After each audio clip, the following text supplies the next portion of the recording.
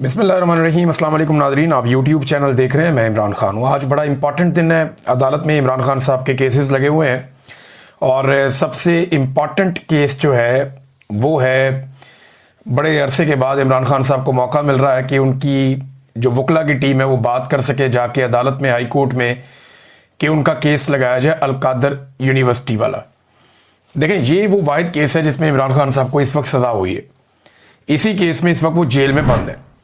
अगर ये वाले केस में उनकी बेल हो जाती है या सज़ा मुअत्तल हो जाती है तो इमरान खान साहब बाहर आ जाएंगे फौरी तौर पे।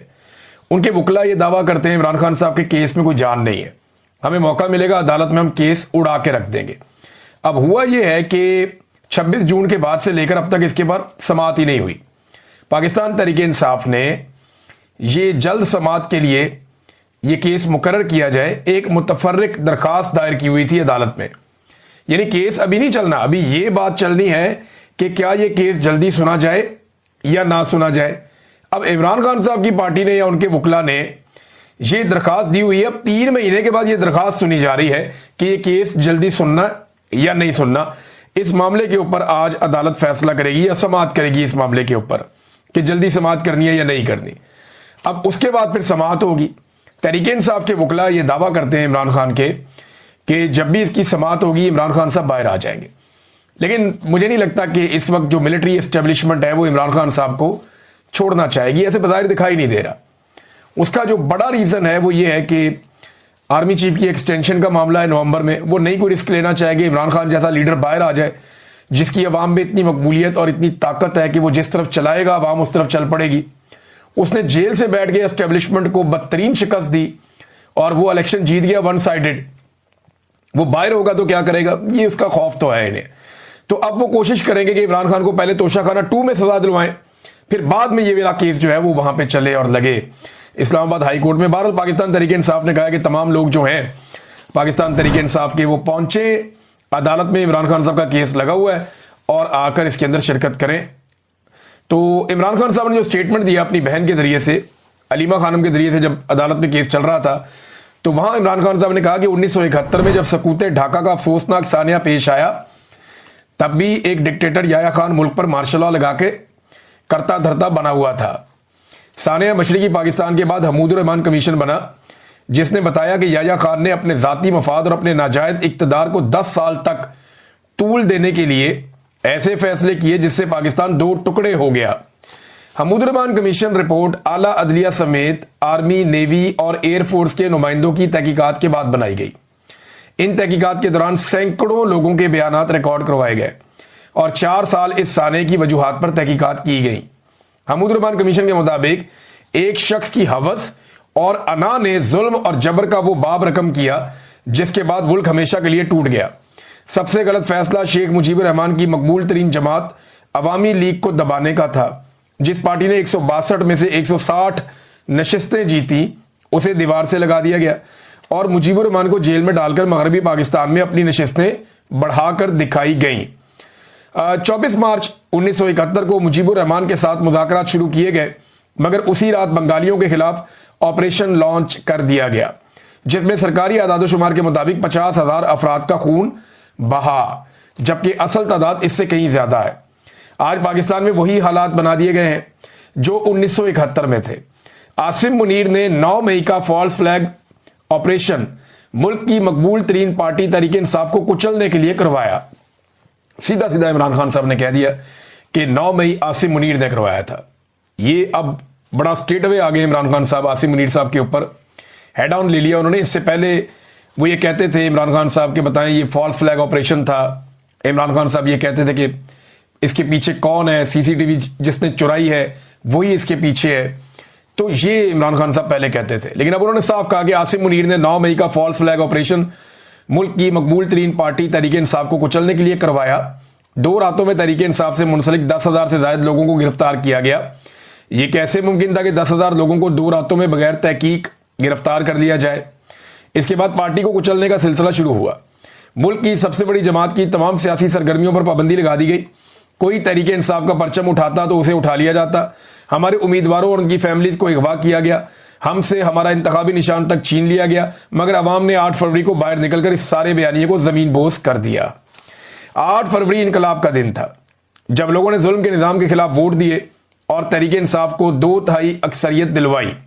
कमिश्नर पिंडी ने जब ज़मीर की आवाज़ पर लब्बैक कहा, इंतखाबी धांधली का पर्दा चाक किया और 50-50 हज़ार वोटों की धांधली का एतराफ़ किया, तो धांधली के जुर्म में मुलविस कुव्वतों ने उनके ज़हनी तवाज़ुन बिगड़ने का भोंडा बयानिया बनाकर उन्हें गायब कर दिया।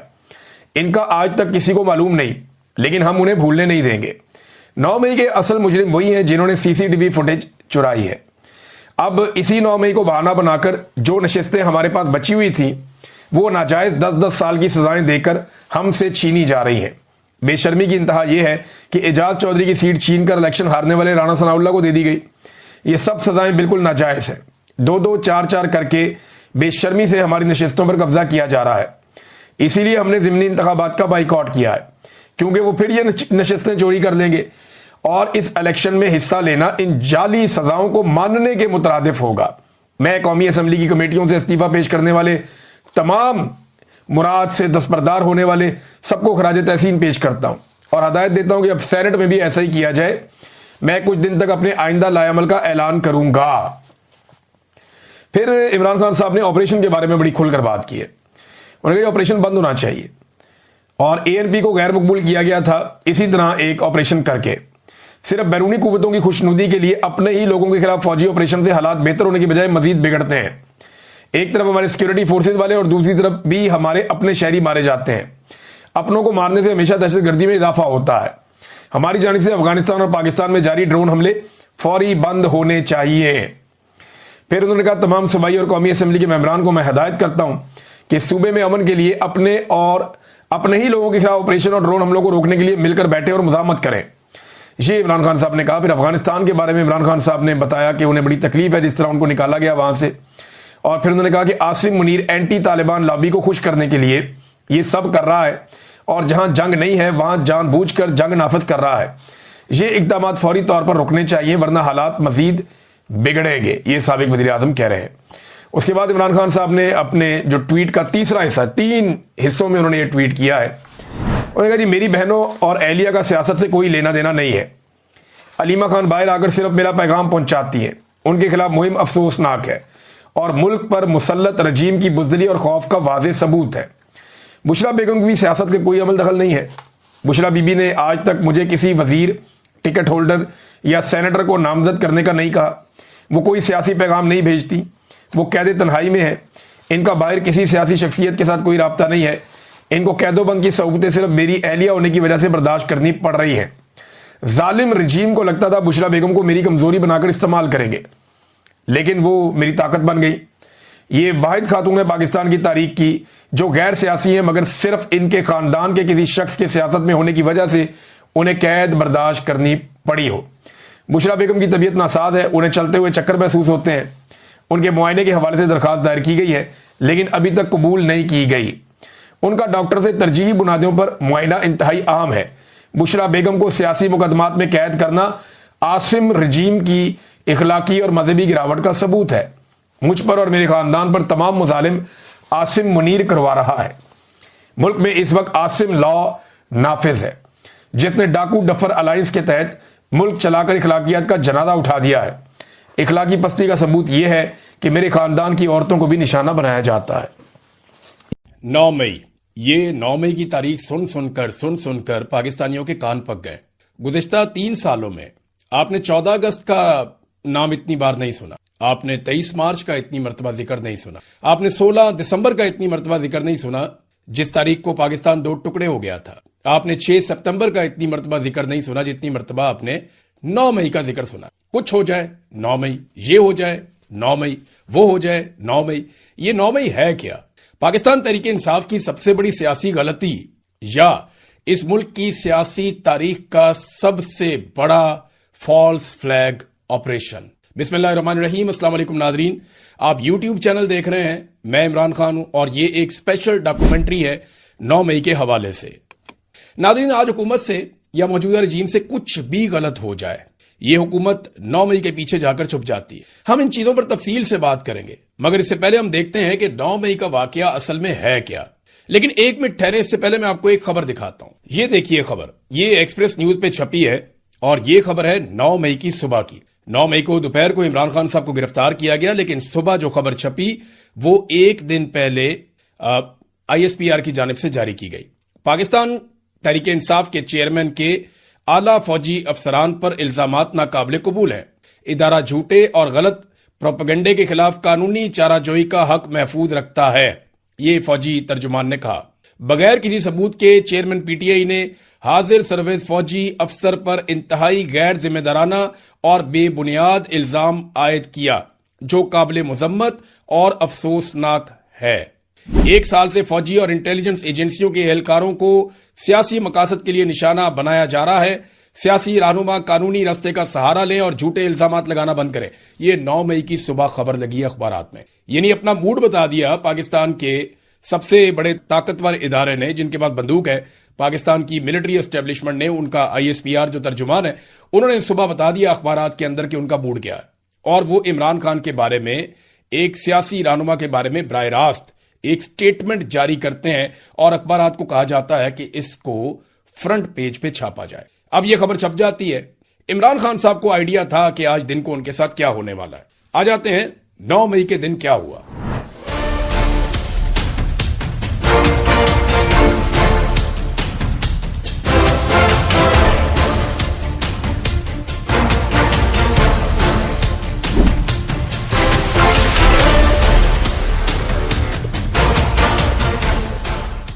सच जानने के लिए ना आपको थोड़ा सा मादी में जाना पड़ेगा। 9 मई 2023 को इमरान खान साहब अपने घर से निकले अदालत में पेश होने के लिए। उन्हें अंदाजा था कि आज उन्हें गिरफ्तार कर लिया जाएगा, क्योंकि एक दिन पहले 8 मई को इमरान खान साहब को उनके कुछ करीबी लोगों ने यह ऑफर पहुंचाई कि आप पाकिस्तान से बाहर चले जाएं, नहीं तो आपको जल्द गिरफ्तार कर लिया जाएगा। इमरान खान साहब ने डील लेने से इनकार कर दिया और अदालत में पेशी की हामी भरी और अगली सुबह इमरान खान साहब अदालत में पेश होने के लिए निकल गए। दोपहर 2 बजे का वक्त था। इमरान खान साहब इस्लामाबाद हाई कोर्ट में मौजूद थे और इस्लामाबाद हाई कोर्ट में इमरान खान साहब बायोमेट्रिक वाला एक ऑफिस है, एक सेक्शन है, वहां पे वो मौजूद थे उस वक्त। और ये इस्लामाबाद हाई कोर्ट का अहाता है, इसे इस्लामाबाद हाई कोर्ट कहा जाता है। हाई कोर्ट के अंदर जब कोई शख्स आ जाए तो उसको गिरफ्तार नहीं किया जा सकता और उसकी हुदूद के अंदर वो फिर कानून की पनाह में होता है। वहां पे नॉर्मली ऐसी गिरफ्तारियां नहीं होती। इमरान खान साहब बायोमेट्रिक के अमल के लिए अदालती दफ्तर में मौजूद थे कि रेंजर्स एहलकारों ने वहां पे धावा बोल दिया। वुकला और इमरान खान की सिक्योरिटी पर मौजूद थोड़े बहुत जो वहां पे लोग थे, उन्होंने रेंजर्स को रोकने की कोशिश की, बल्कि वुकला वहां पे रेंजर्स के आने वाले लोगों को, कमांडोज को यह बताते रहे कि ये अदालत का अहाता है, आप यहां से किसी भी साहिल को गिरफ्तार नहीं कर सकते। मगर आने वाले कमांडोज को सिर्फ और सिर्फ इमरान खान को पकड़कर लाने का हुक्म था। काफी धक्कम पेल के बाद शीशे तोड़ दिए गए। इमरान खान साहब इस दौरान बिल्कुल पुरअमन और पुरसकून रहे। उनकी वो वीडियो आज भी मौजूद है। उन्होंने ताकत का जिस जरूरतमंदी के साथ सामना किया, जिस हौसले के साथ वो वहां बैठे, उनके चेहरे पर बिल्कुल इस्तराब और परेशानी नहीं थी और ये चीज उनके मुखालिफिन के लिए बहुत अलार्मिंग थी। बहरहाल शीशे तोड़ के, दरवाजे तोड़ के रेंजर्स के लोग अंदर दाखिल हुए और उन्होंने इमरान खान साहब को गिरफ्तार कर लिया। गिरफ्तारी के वक्त रेंजर्स एहलकार जिन्होंने निकाब पहन रखे थे, इमरान खान यानी साबिक वजीर आजम को गिरेबान से पकड़कर लेकर गए। उनके गिरेबान पर हाथ डाला गया और उसकी तस्वीर और वीडियो बनाकर पूरे पाकिस्तान के टीवी चैनल्स को भिजवा दी गई। अब टीवी चैनल के ऊपर यह वीडियो चल रही थी। दोपहर के 2 बजे थे और इमरान खान साहब की सिक्योरिटी में कुछ लोगों ने यह बताया। उस दिन उन्होंने इंटरव्यूज दिए, बल्कि मेरे से 1-2 लोगों की बात हुई। उन्होंने कहा कि ये जो लोग पकड़ने के लिए आए थे, ये रेंजर्स के यूनिफॉर्म में जरूर थे, लेकिन ये रेंजर्स वाले नहीं थे, क्योंकि इमरान खान साहब की सिक्योरिटी में कुछ लोग SSG के कमांडोज थे और वो SSG कोर्स करके आए हुए थे। तो उन्होंने कहा कि ये किसी सूरत SSG कमांडोज के अलावा कोई और फोर्स नहीं थी। ये रेंजर्स की यूनिफॉर्म में SSG फोर्स आई है जिन्होंने इमरान खान को गिरफ्तार किया है, क्योंकि हम अच्छी तरह जानते हैं कि वो किस लेवल के ट्रेंड लोग हैं। आम रेंजर्स के एहलकार इस किस्म की कार्रवाई हमारी मौजूदगी में वहां पे नहीं कर सकते थे। गैर कानूनी तौर पे इमरान खान को अगवा नहीं किया जा सकता था। बहरहाल इमरान खान साहब को अगवा किया गया और नामालूम मकाम पर मुंतकिल कर दिया गया। लोग हाई कोर्ट में मातम कर रहे थे, रो रहे थे, चिल्ला रहे थे। ये मनाजिर हम देख रहे थे। लोग जख्मी थे, चिल्ला रहे थे। कई MNAs को, सेनेटर्स को मैंने वहां पे देखा, उनकी आंखों में आंसू थे। वो परेशान थे कि पाकिस्तान के सबसे मकबूल लीडर को गिरफ्तार कर लिया गया, बल्कि अब किसी को नहीं पता कि उसे कहां ले जाया गया है। आनन फानन पूरे पाकिस्तान में यह खबर फैल गई और अवाम सड़कों पर निकल आए। हर तरफ एहतजाज शुरू हो गया। मुल्क भर में शदीद गमो गुस्सा था। मकबूल तरीन सियासी लीडर की गिरफ्तारी पर लोग रद्द-ए-अमल दे रहे थे और खास तौर पे जो गिरबान से पकड़ के घसीट के ले जाने वाली वीडियो है उसने जलती पर तेल का काम किया था। इमरान खान साहब की कोई खैर खबर नहीं मिल रही थी, लोगों की बेचैनी बढ़ती चली जा रही थी। पाकिस्तान में हर शख्स ये जानता था कि इस गिरफ्तारी के पीछे ना अदालत है, ना कानून है, ना मौजूदा हुक्मरान है, ना कोई सियासी लोग हैं। इसकी गिरफ्तारी के पीछे सिर्फ और सिर्फ मिलिट्री एस्टेब्लिशमेंट है, जो रिजीम चेंज ऑपरेशन के बाद से इमरान खान से छुटकारा हासिल करने के लिए बेशुमार हथकंडे अपना चुकी है। इमरान खान साहब को गोलियां भी लग चुकी थी, उनके ऊपर बहुत सारे मुकदमात भी दर्ज हो चुके थे, बार बार उन्हें गिरफ्तार करने की कोशिश भी की गई, बेशुमार झड़पें भी हुई हैं, 2-3 मरतबा उनके ऊपर जानलेवा हमला भी हुआ था। लेकिन उस वक्त तक पाकिस्तान की अवाम इमरान खान साहब की गिरफ्तारी की कोशिशों को नाकाम बनाती चली आ रही थी। लेकिन बिलाखिर 9 मई को जब अवाम को हाई कोर्ट के बाहर रोकने का हुक्म दे दिया गया और यह कहा गया कि अवाम अंदर नहीं जाएगी और अवाम के लिए हाई कोर्ट के दरवाजे बंद कर दिए गए, तो फिर हाई कोर्ट के अंदर सिक्योरिटी फोर्सेज ने अपनी कार्रवाई दिखा दी। पाकिस्तान तहरीक इंसाफ के रहनुमाओं और ऐनी शाहिदीन के बकौल उस दिन मुजाहिरीन में कई ऐसे लोग शामिल हो गए। जब लोग निकले एहतजाज करने के लिए तो मुजाहिरीन के अंदर कुछ ऐसे लोग शामिल हो गए जो बार बार ये कहते थे कि कंटोनमेंट में चल के एहतजाज करते हैं, उस तरफ को जाते हैं, उधर जाएंगे, उधर एहतजाज करेंगे। और लोगों को यह बात लॉजिकल इसलिए लगती थी कि क्योंकि मिलिट्री एस्टेब्लिशमेंट की ईमा पे ये सारा कुछ हो रहा था और बीच में वाकई ऐसे लोग मौजूद थे और इसके ऐनी शाहिदीन मौजूद हैं। नादरीन, ईरान और अमेरिका में दोबारा से झड़पें शुरू हो गई हैं और मिसाइल दागे गए, एक दूसरे के ऊपर फायरिंग की गई, शदीद तरीन ड्रोन्स भी इस्तेमाल किए गए, मिसाइल्स भी इस्तेमाल किए गए, हैवी जो असला है वो इस्तेमाल किया गया। और इस लड़ाई की वजह क्या बनी और पहल किसने की, यह है जी सबसे बड़ा सवाल। अमेरिका की जानिब से इल्ज़ाम लगाया गया कि ईरान ने पहल की है, ईरान की जानिब से इल्ज़ाम लगाया गया कि अमेरिका ने पहल की है। बहरहाल जो वाक़या अभी सामने आ रहा है वो ये है कि अमेरिका क्योंकि एलानिया तौर पे बार बार रोक रहा है, अमेरिका बार बार कोशिश कर रहा है कि ईरान के जो टैंकर्स इस रीजन में आमदोरफ्त करते हैं उनको रोका जाए, जो खाली टैंकर्स जा रहे हैं ईरानी बंदरगाहों की तरफ उनको रोका जाए, और जो भरे हुए ईरानी टैंकर्स निकलने की कोशिश कर रहे हैं तो उनको भी रोका जाए। और ये वो एलानिया तौर पे कर रहे हैं और फायरिंग के वाक़यात भी होते हैं, वो टैंकर्स के ऊपर अटैक भी करते हैं और ये उन्होंने बाकायदा ऐलान करके किया है। तो ईरान ने इसको अपने ऊपर हमला करार दिया था। ईरान ने पहले कहा था कि ये हमारे ऊपर एक अटैक है और ये जंगबंदी की खिलाफ वर्जी है। तो अमेरिका ने जासिक की बंदरगाह के करीब ईरानी ऑयल टैंकर के खिलाफ एक कार्रवाई की।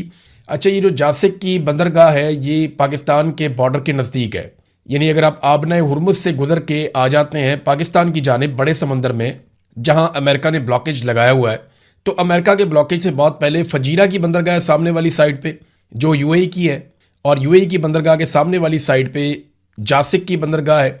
उसके बाद अगर पाकिस्तान की तरफ चलें तो फिर एक चाबहार बंदरगाह आती है और उसके बाद पाकिस्तान की गवादर की बंदरगाह आ जाती है। तो ये पाकिस्तान से ज़्यादा दूर नहीं है। जिस जगह पे अमेरिका ने निशाना बनाया ईरानी ऑयल टैंकर को, उसके बाद ईरान ने वापस अटैक किया अमेरिका के 3 जंगी जहाज़ों पर। ईरान का जो दावा है या ईरान ने जो बात की, उन्होंने कहा जी कि 3 अमेरिका के ऐसे जंगी बहरी जहाज़ हैं जो आबना हुरमुज के अंदर बड़ी खामोशी से दाखिल हो रहे थे, और इसके अलावा अमेरिका ने हमारे टैंकर्स के ऊपर अटैक किया था, तो हमने वापस अटैक किया और उस अटैक के नतीजे में अमेरिका के ये जहाज़ इनको नुकसान पहुंचा और वो यहाँ से दूर भाग गए। अब ये ईरान का कहना है। ईरान के सरकारी नशरियाती इदारे ने आबना हुरमुज में धमाकों की इतला भी दी है। वहाँ पे जो बंदर अब्बास की बंदरगाह है जो आबना हुरमुज के बिल्कुल सेंटर में वस्त में बंदरगाह है ईरान की, उसको बंदर अब्बास कहते हैं, वहाँ पे धमाकों की इतला दी गई। 6 धमाके रिपोर्ट हुए हैं और ईरानी मुसल्लह फौज और दुश्मन के दरमियान फायरिंग का तबादला भी हुआ आबना हुरमुज में। और इसराइली जरिए ने बीबीसी को बताया कि जुमेरात की शाम आबना हुरमुज में होने वाले हमलों में इसराइली मुलव्वस नहीं है, ये अमेरिका की और ईरान की लड़ाई हुई है। ईरान का जो सरकारी नशरियाती इदारा है IRIB, उनकी जानिब से टेलीग्राम पर जारी ईरान की फौज के तर्जुमान से मंसूब एक बयान जारी किया गया है और इस बयान में कहा गया कि मुत्तहिदा अरब अमारात की बंदरगाह फजीरा के बिलमुकाबिल आबना हुरमुज में दाखिल होने वाले एक और जहाज़ को भी निशाना बनाया गया है। इस बयान में दावा किया गया कि अमेरिका की तरफ से बंदर खमीर, सियरेक और जजीरा कशम के साहिली इलाकों में भी फ़िज़ाई हमले किए गए हैं। इस बयान में मजीद कहा गया कि ईरान की मुसल्लह फ़ौज ने फौरी तौर पर जवाब दिया और अमरीकी फ़ौजी जहाज़ों पर हमला किया जिससे उन्हें नुकसान पहुंचा है। ये बहरी जहाज़ हैं जिनके ऊपर अटैक किया गया है। अमरीकी सेंट्रल कमांड सेंटकॉम ने दावा किया कि ईरान ने उसके बहरी जंगी जहाज़ों पर उस वक्त हमला किया जब वो आबना हुरमुज से गुजरकर खलीज ओमान की तरफ बढ़ रहे थे और उन्होंने ये कहा जी बिला इश्तियाल ईरानी हमलों को अपने नाकाम बनाया और अपने दफा में जवाबी कार्रवाई भी की है। अब सेंटकॉम ये कहता है कि ये एक बड़ा हमला था जो ईरान की जानिब से किया गया। वो ये कहते हैं कि ईरानी अफवाज ने बहुत सारे मिसाइल, ड्रोन, छोटी कश्तियों के जरिए बहुत ज़बरदस्त किस्म का अटैक किया और अमेरिका ने जवाबी कार्रवाई की, लेकिन कोई भी अमरीकी असासा उनका निशाना नहीं बन सका। यानी ईरान ने अमेरिका को कोई बड़ा नुकसान नहीं पहुंचाया। ईरान का दावा है कि उन्होंने नुकसान पहुंचाया है। बहरहाल ईरान के मुख्तलिफ इलाकों में धमाकों की आवाज़ें सुनी गई और दूसरी जानिब धमाकों की आवाज़ें जो है वो समंदर के अंदर भी आ रही थी ईरान, क्योंकि वहाँ पे बम मार रहा था। तो कुछ ऐसे मनाजिर, कुछ विजुअल भी सामने आए हैं। अब अमेरिका और ईरान एक दूसरे पे इल्ज़ाम तो लगा रहे हैं, लेकिन क्या इससे जंगबंदी वाकई बड़े पैमाने पे खतरे में पड़ जाएगी? देखिए, अमेरिका दोबारा जंग शुरू करना नहीं चाहता। ये हमने पीट हेग्सेथ के मुंह से भी सुना और ये बात हमने डोनाल्ड ट्रंप के मुंह से भी सुना। अगर अमेरिका ने जंग करनी होती और एक लंबी जंग में वो जाना चाहता तो मेरे ख्याल में वो चला जाता अब तक, और डोनाल्ड ट्रंप बार बार अपनी धमकियों से वापस ना हटता। यानी डोनाल्ड ट्रंप ने कम से कम, मैंने आपको पिछले वीलॉग में बताया कि 8-9 मरतबा डेडलाइन दी और हर मरतबा वो अपनी डेडलाइन के बाद सिर्फ एक नई डेडलाइन ही दे पाए। और उन्हें इस बात की समझ आ गई कि ईरान को मारेंगे तो वो वापस मारेगा।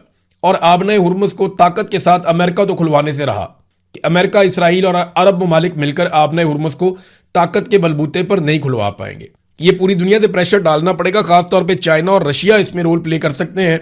लेकिन चाइना और रशिया ये समझते हैं कि ईरान के साथ अमेरिका ने ज्यादती की है और ईरान ने जो किया वो अपने दिफा के अंदर किया है। बहरहाल डोनाल्ड ट्रंप से रब्ता हुआ और एबीसी न्यूज़ ने डोनाल्ड ट्रंप से टेलीफोन पर बात की है।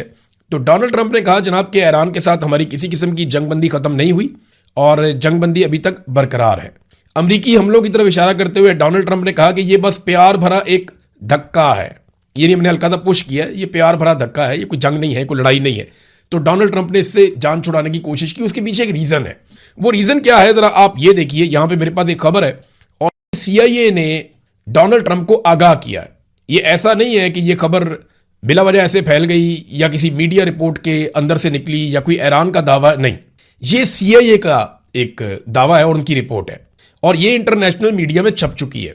अमेरिकन इंटेलिजेंस एजेंसी CIA की एक खुफिया रिपोर्ट में एक इंकशाफ हुआ है कि शदीद बमबारी के बावजूद ईरान के पास अब भी अपने तकरीबन 75% मोबाइल मिसाइल लॉन्चर्स और 70% मिसाइल जखीरे बाकी हैं, बरकरार हैं। इसको जरा आप समझिए। ईरान ने जितने मिसाइल चलाए या अमेरिका ने ईरान के जितने मिसाइल तबाह किए या जितनी मिसाइल साइट्स के ऊपर अटैक किया, वो सारा मिलाकर ईरान का जो टोटल मिसाइलों का नुकसान हुआ है, जो चला दिए, जो ज़ाया हो गए, जो तबाह हो गए, वो है 30% और बाकी जो बच गए हैं वो 70% है। डोनाल्ड ट्रंप का दावा कुछ और है, लेकिन CIA की रिपोर्ट और खुफिया रिपोर्ट कुछ और कह रही है कि ईरान के पास कम से कम अपना 70% जखीरा बाकी है मिसाइलों का। और मिसाइलों को चलाने के लिए जो उनके मोबाइल लॉन्चर्स हैं, याद रखिए वो एक जगह से मिसाइल नहीं चलाता, वो उनके मोबाइल लॉन्चर्स हैं जो मूव करते हैं ईरान के मुख्तलिफ इलाकों में। वो एक हमला किसी और एरिया से करते हैं, दूसरा कहीं और से करते हैं, तीसरा कहीं और से करते हैं। इसकी वजह से अमेरिका को, इसराइल को मुश्किल होती है कि ये पता करने में कि ये अगला हमला किस जगह से करने वाले हैं और हमने किस जगह पे काउंटर करना है। ये ईरान की एक कामयाबी, उनकी स्ट्रेटजी है। उनके मुल्क का रकबा बहुत बड़ा है तो उन्होंने उससे फायदा उठाया। तो जो मोबाइल लॉन्चर्स हैं मिसाइल चलाने वाले, वो 75% अभी ईरान के बरकरार है, सिर्फ 25% उनके ज़ाया हुए, जबकि 70% उनके मिसाइल भी बरकरार है। और CIA की इस रिपोर्ट में एक और दावा भी किया गया कि ये जो जंगबंदी का टाइम है, इसमें ईरान ने बड़ी तेजी से अपनी जो मिसाइल साइट्स हैं उनको बहाल किया, बल्कि जो उनके मिसाइल कुछ हद तक तबाह हुए थे उनकी मुरम्मत भी की, उनको ठीक किया और उसके अलावा दोबारा से अपनी प्रोडक्शन भी कई चीज़ों में उन्होंने शुरू कर दी।